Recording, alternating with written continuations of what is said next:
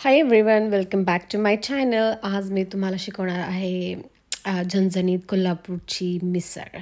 आणि आपण ही खूप जणांनी खाल्ली असणार आहे आणि खूप जणांची फेवरेटही आहे. मी तर जेव्हा जेव्हा हॉटेलमध्ये जाते किंवा रेस्टॉरंटमध्ये आम्ही जातो तेव्हा आम्ही खास करून ही मिसळ मागवत असतो. मला ही मिसळ बनवण्यासाठी काय लागतं आहे तर आपल्याला लागतं आहे की हे मोड आलेली मटकी.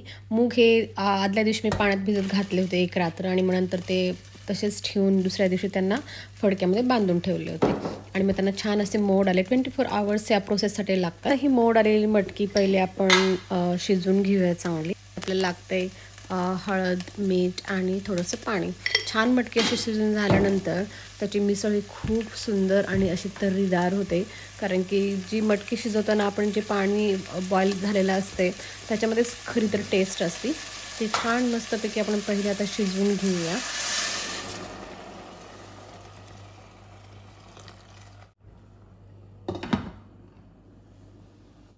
ह्याला जास्त वेळ लागत नाही शिजवण्यासाठी. एक 20 मिनटं खूप होतात. आता ह्याच्यामध्ये मी थोडंसं करी लिव्स पण करण्यासाठी आपल्याला काय साहित्य लागते तर एक कांदा, नंतर थोडंसं खोबरं आणि हा खडा मसाला आहे. त्याच्यामध्ये खडा मसाल्यामध्ये आपण 2 इलायची घेणार आहोत, नंतर 2 लवंग घेणार आहोत आणि थोडीशी काळी मिरी आणि दालचिनीचा तुकडा, नंतर आलं, लसूण, नंतर आपल्याला लागणार आहे कढीपत्ता, थोडंसं खसखस आहे ही, धणे हे अख्खे धणे घ्यायचे तेव्हा त्याला टेस्ट येते. थोडेसे तीळ आहेत आणि थोडेसे जिरे आहेत. तुम्हाला अख्खा मसाला दाखवला तो हा अख्खा मसाला आपण काय करून घ्यायचा आहे, थोडासा भाजून घ्यायचा आहे. नंतर आपल्याला एक टोमॅटो पण लागणार आहे. आता हे छान मस्तपैकी आपली उसळ ही आलेली आहे. जर पाहूया जर शिजली आहे का. उसळ तर चांगली शिजली आहे आता मस्तपैकी. थोडी अर्धी कच्ची शिजली तरी चालेल कारण की नंतर आपल्याला ती आमटीच्या ह्याच्यामध्ये शिजतेच एनिवेज. नंतर आता आपण जो मसाला घेतला होता कोरडा मसाला, जो अख्खा मसाला, तो पूर्णपणे छान मस्तपैकी तव्यावरती थोडासा फ्राय करून घ्यायचा. ह्याच्यामध्ये तेल वगैरे काय टाकायची गरज नाही आहे. हा मसाला भाजताना कोरडाच हा मसाला भाजायचा.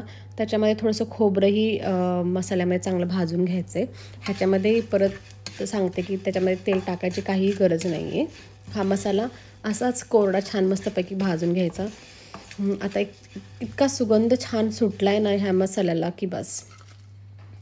नंतर त्याच पॅनमध्ये काय करायचं आहे, एक कांदा जो आपण कापून ठेवला होता तो कांदा मस्तपैकी फ्राय करून घ्यायचा आहे.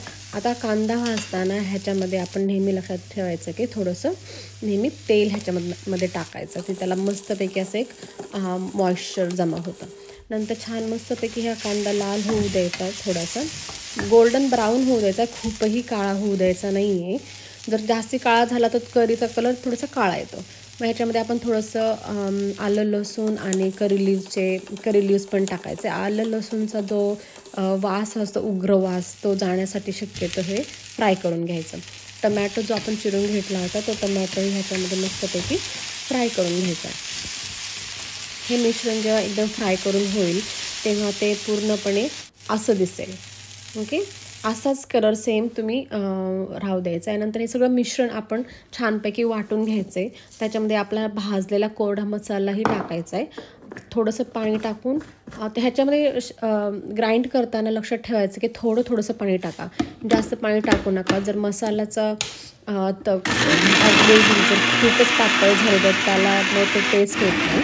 थोडंसं घट्टच असं छान मस्तपैकी हे मिक्सर ग्राइंडरमधनं काढून घ्यायचा आहे. हा मसाला सगळा छान मस्तपैकी ग्राइंड करून झाला आहे. आता एका पॅनमध्ये पुन्हा थोडंसं तेल घ्यायचं आहे. मी शक्यतो तेल हे थोडंसं जास्त घेते कारण की त्याला छान तरी सुटते. ह्याच्यामध्ये थोडेसे करी लिव्स टाकलेत, मस्त अशी तडतडू द्यायची करी लिव्स. नंतर बारीक चिरलेला एक कांदा घ्यायचा आहे. तो बारीक चिरलेला कांदा छान मस्तपैकी गोल्डन ब्राऊन होऊ द्यायचा, काळा होऊ द्यायचा नाही आहे, लक्षात ठेवा. थोडंसं आलं लसूणची पेस्ट मी ह्याच्यामध्ये टाकते आहे. छान मस्तपैकी हा आता छान मसाला भाजला आहे. ह्याच्यामध्ये थोडीशी हळद, नंतर लाल तिखट आणि कांदा लसूण मसाला मी शक्यतो घेते, छान लागतो. आणि 1 चमचा मिसळ मसाला म्हणून मिळतो, तो तुम्ही टाकला तर अतिउत्तम टेस्ट ह्याला लागते. छान मस्तपैकी हा मसाला भाजून घेतल्यानंतर ग्राइंड केलेलं सगळं सारण तुम्ही ह्याच्यामध्ये पुन्हा टाकून द्यायचं. हे सारण 2 ते 5 मिनटं छान मस्तपैकी मंद आचेवरती तुम्ही ह्याला मिक्स करत राहायचं, चांगलं शिजू द्यायचं आहे. ऑलरेडी मसाला हा शिजलेला असतोच, पण तरीही याला एक छान अशी टेस्ट येते जेव्हा तुम्ही तो छान आणखी तेलामध्ये परतून घेता तेव्हा. आता 2 मिनटं मी ह्याला झाकून ठेवते. आता हे मसाला बघा, तुम्ही बघाल की छान मस्तपैकी शिजलेला आहे आणि मस्तपैकी सुगंध ह्या मसाल्याचा सुटलेला आहे. ह्याच्यामध्ये थोडंसं आपण मीठ घालूया चवीसाठी. तुमच्या चवीनुसार तुम्ही मीठ घाला ह्याच्यामध्ये. बघा आता हा मसाला छान मस्तपैकी जेव्हा ह्या मसाल्याला तेल सुटेल ना, तेव्हा समजायचं की हा मसाला छान अगदी मस्तपैकी भाजला गेलेला आहे. आणि आपली ही शिजवलेली मटकी त्याच्यावरून मग मस्तपैकी त्याच्यामध्ये टाकून द्यायची ग्रेव्हीमध्ये.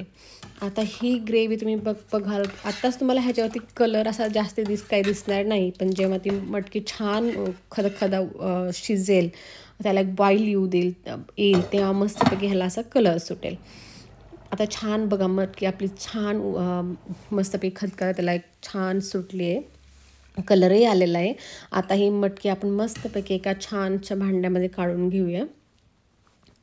तर ही आपली झणझणीत मिसळ खाण्यासाठी तयार आहे.